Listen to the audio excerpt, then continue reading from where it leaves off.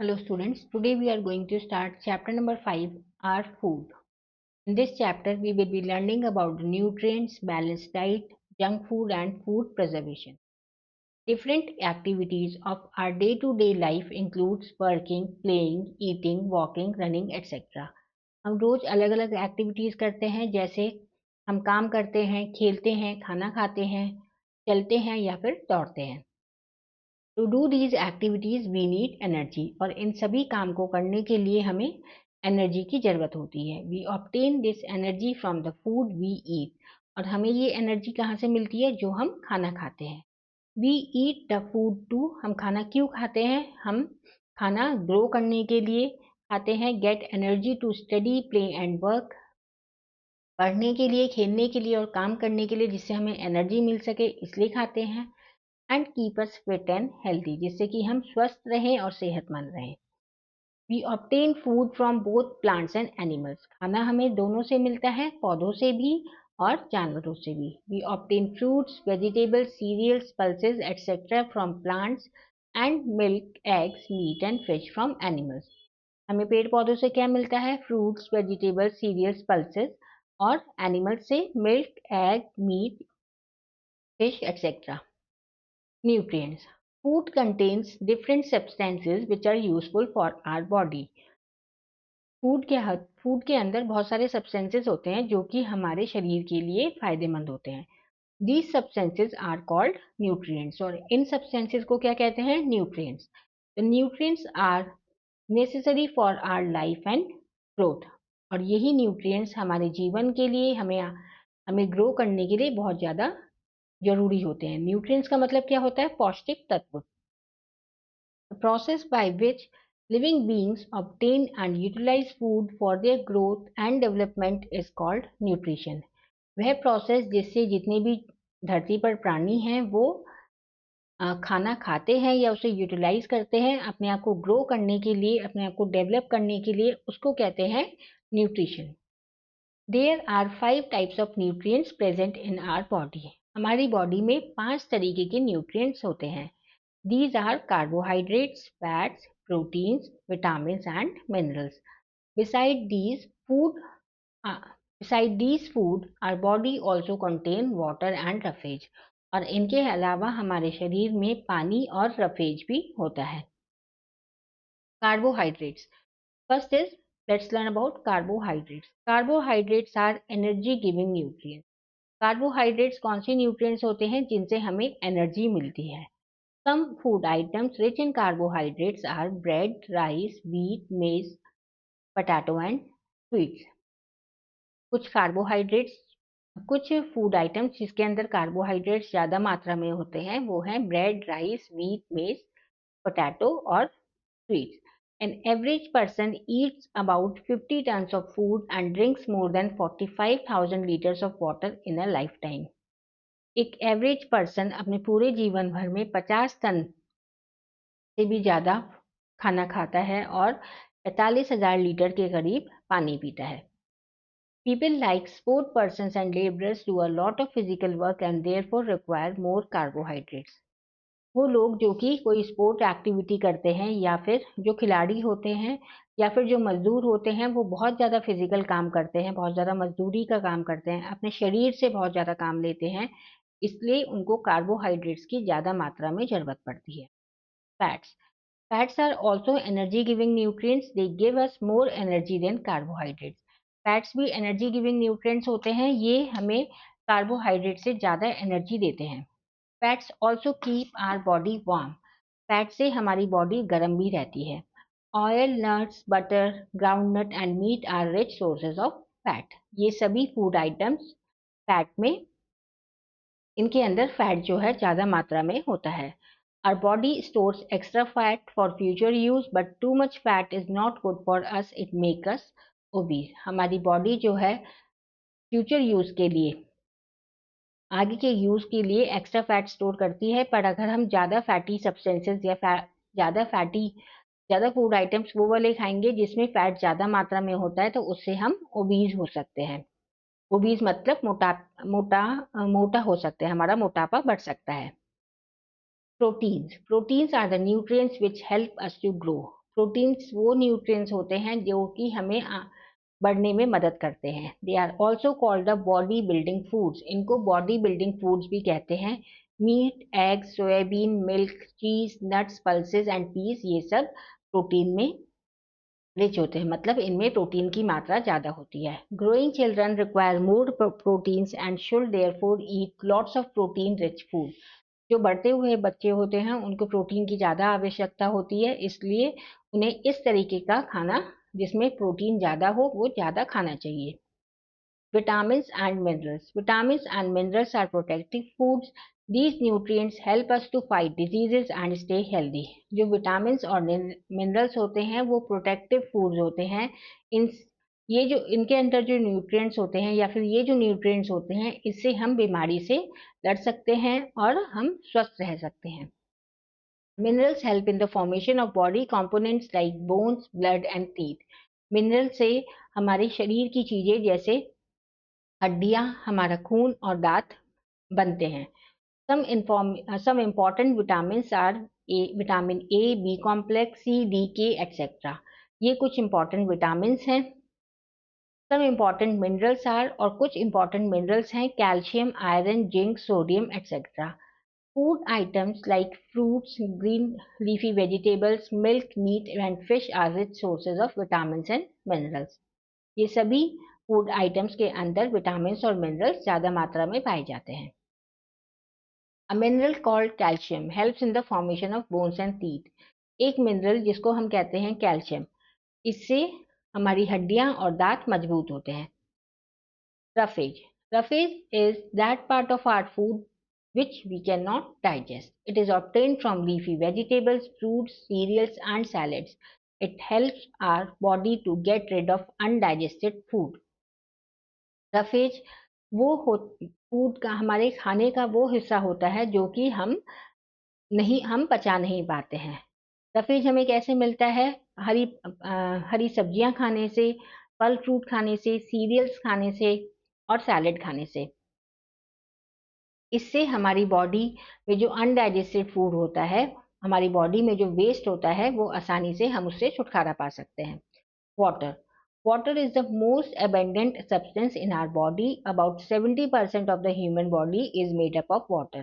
पानी हमारे शरीर में सबसे ज्यादा मात्रा में होता है और हमारी जो शरीर है वो 70% से ज्यादा पानी से बना हुआ है। It is very essential for the proper functioning of our body. Water helps in digestion and removal of weights from our body. हमारी बॉडी को अच्छी तरह फंक्शन करने के लिए, हमारी बॉडी अच्छी तरह काम करे, इसके लिए बहुत जरूरी है कि हम पर्याप्त मात्रा में पानी पिए और इससे हमारी बॉडी में जो वेस्ट होता है वो भी रिमूव होते हैं। It also regulates the body temperature. ये हमारे शरीर के तापमान को भी सही रखता है। We should drink about 8 to 10 glasses of water daily. हमें रोज 8 से 10 ग्लास पानी पीना चाहिए। Balance diet, food you eat every day is your diet. जो हम रोज खाना खाते हैं उसे क्या कहते हैं? Diet. The diet that provides all the nutrients in the right amount is balance diet. और वह डाइट जिसमें सभी न्यूट्रिएंट्स, जो हमने न्यूट्रिएंट्स अभी पढ़े, carbohydrates, fats, proteins, minerals, vitamin, ये सभी जब सही मात्रा में हम लोग लेते हैं, सही मात्रा में हम लोग खाते हैं, उसे कहते हैं बैलेंस डाइट। एक बैलेंस डाइट से हम फिट रह सकते हैं, स्वस्थ रह सकते हैं। Scientists use a food pyramid which shows how much of different types of food you should eat in a day. Scientist ने एक फूड पिरामिड बनाया है जिसमें वो बताते हैं कि हमें किस तरीके का खाना रोज खाना चाहिए।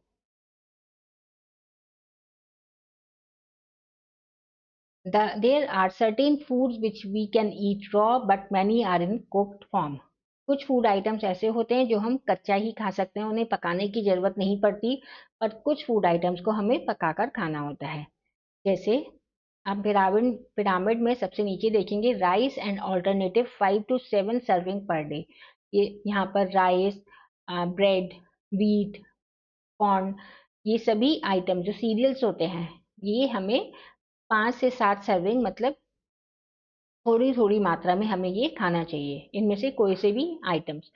Fruit vegetables 2 servings per day, मतलब फ्रूट और वेजिटेबल्स हमें कम से कम 2 तरीके के फल या सब्जी रोज अपनी डाइट में इंक्लूड करना चाहिए। मीट और अल्टरनेटिव मतलब मीट का अल्टरनेटिव क्या हो गया, मिल्क हो गया। इन सबको भी हमें अपनी डाइट में इंक्लूड करना चाहिए। These are the food groups. और फैट, ऑयल, शुगर, सॉल्ट ये हमें बहुत कम मात्रा में यूज करने चाहिए। जैसे आप ये पिरामिड देखेंगे तो इससे क्या पता लग रहा है, जो सबसे ऊपर है वो हमें सबसे कम यूज करना चाहिए अपनी डाइट में, और जो सबसे नीचे है वो हमें सबसे ज्यादा यूज करना चाहिए अपनी डाइट में। Cereal, pulses, vegetables and meat need to be cooked to make them softer, tastier and easier to digest. Cooking also kills germs in food. जो ये सभी आइटम फूड आइटम्स होते हैं, जैसे सीरियल्स मतलब गेहूं, चावल, और पल्सेस मतलब सभी तरीके की दालें, वेजिटेबल्स सब्जियां और मीट, इन सबको पकाना पड़ता है जिससे कि वो सॉफ्ट हो जाए, टेस्टी बने और हम उन्हें आसानी से पचा सकें। और कुकिंग से जो फूड में जर्म्स प्रेजेंट होते हैं वो भी मर जाते हैं। Most of the fruits and some vegetables are eaten raw. ज्यादातर फल और सब्जियां कच्ची ही खाई जाती हैं। वेजिटेबल्स जैसे कुकुम्बर, कैरेट, ओनियन, रेडिश, ये सब हम कच्ची ही खा सकते हैं, इनको पकाने की जरूरत नहीं होती।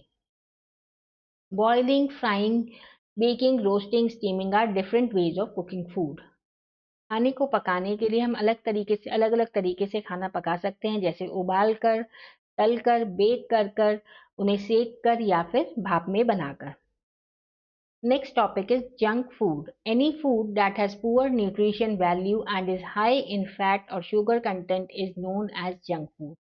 कोई भी फूड आइटम जिसमें न्यूट्रिशन वैल्यू बहुत कम हो और जिसमें फैट और शुगर का कंटेंट ज़्यादा हो, उसको हम जंक फूड कहते हैं। Junk food are easy to carry, purchase and consume. Junk food हमें आसानी से मिल जाते हैं, हम आसानी से खरीद सकते हैं और आसानी से उन्हें खा भी सकते हैं, पर उनके अंदर माइक्रो न्यूट्रिएंट्स नहीं होते, जैसे विटामिन, मिनरल्स, फाइबर, ये सब नहीं होते। Pizza, burger, cold drinks etcetera are junk food, ये सब जंक फूड हैं।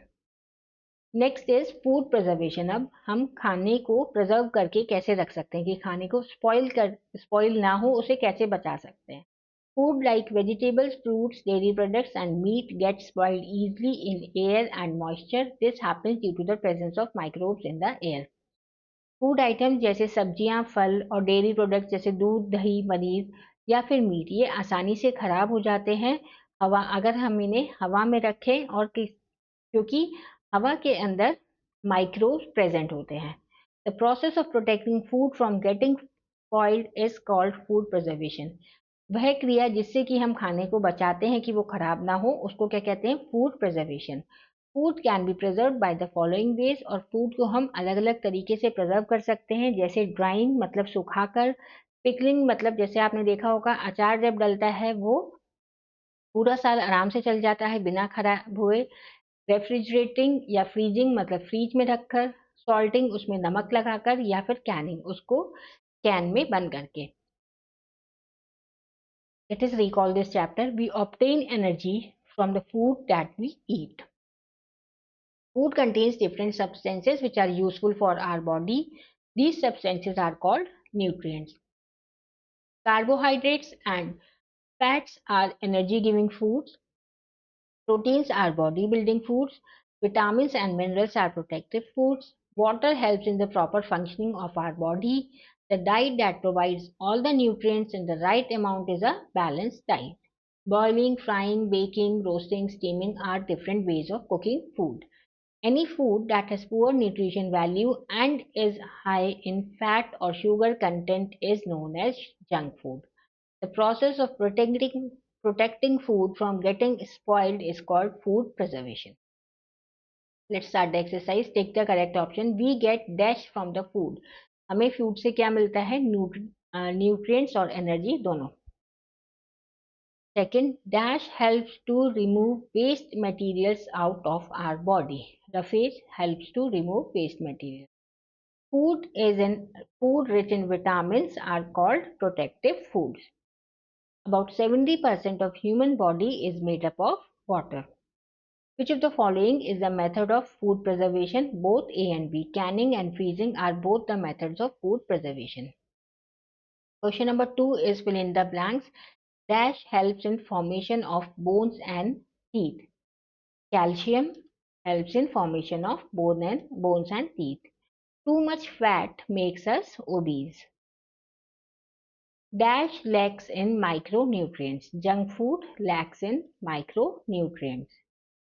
The process by which living things obtain and utilize food for their growth and development is called nutrition. The process of protecting food from getting spoiled is known as preservation.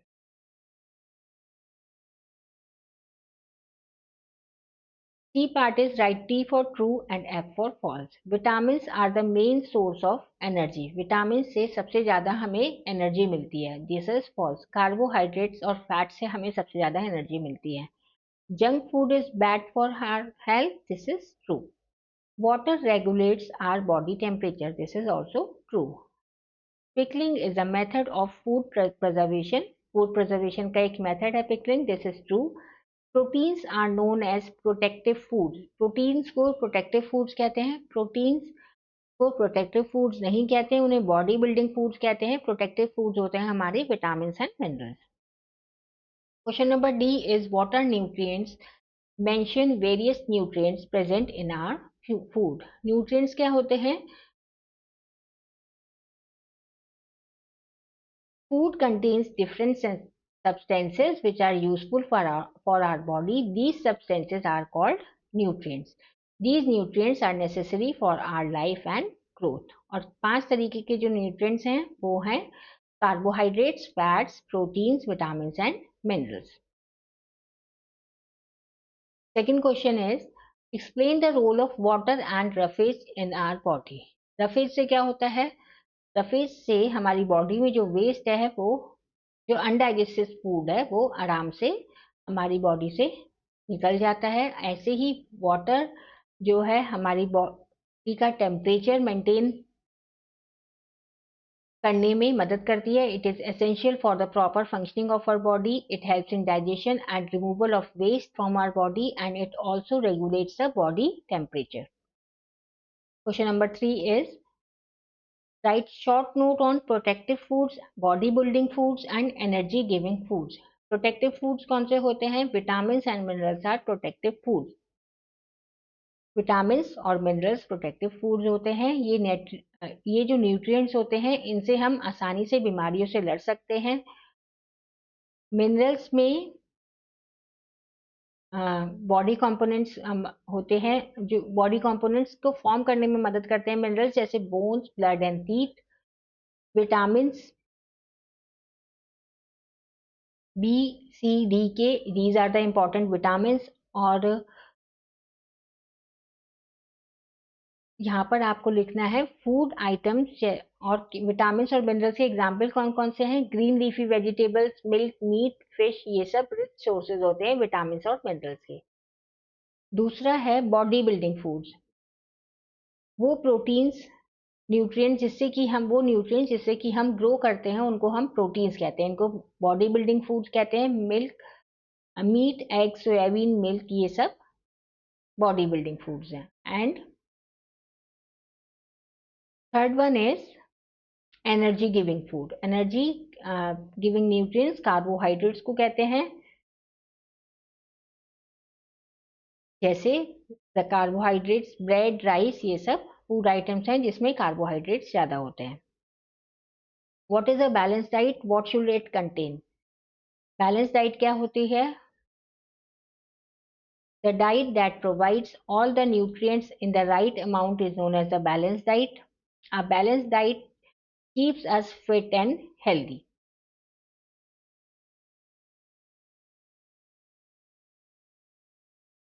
यहाँ पर आप ये balance diet का chart बना सकते हैं, food pyramid. यहाँ पर आप लिख सकते हैं fats, oils and sugar should be taken in less amount and we should consume more of carbohydrates and protein foods. और फिर आप यहाँ पर ये लिख सकते हैं we should also take fruits and vegetables and milk and meat in our food because it gives us proteins and vitamins and minerals. What is food preservation? Mention some ways to preserve food. Food preservation क्या होता है? Food preservation होता है the process of protecting food from getting spoiled is called food preservation. Food can be preserved in the following ways, और आप ये सभी ways लिख सकते हैं उसमें. This chapter ends here. Thank you for watching.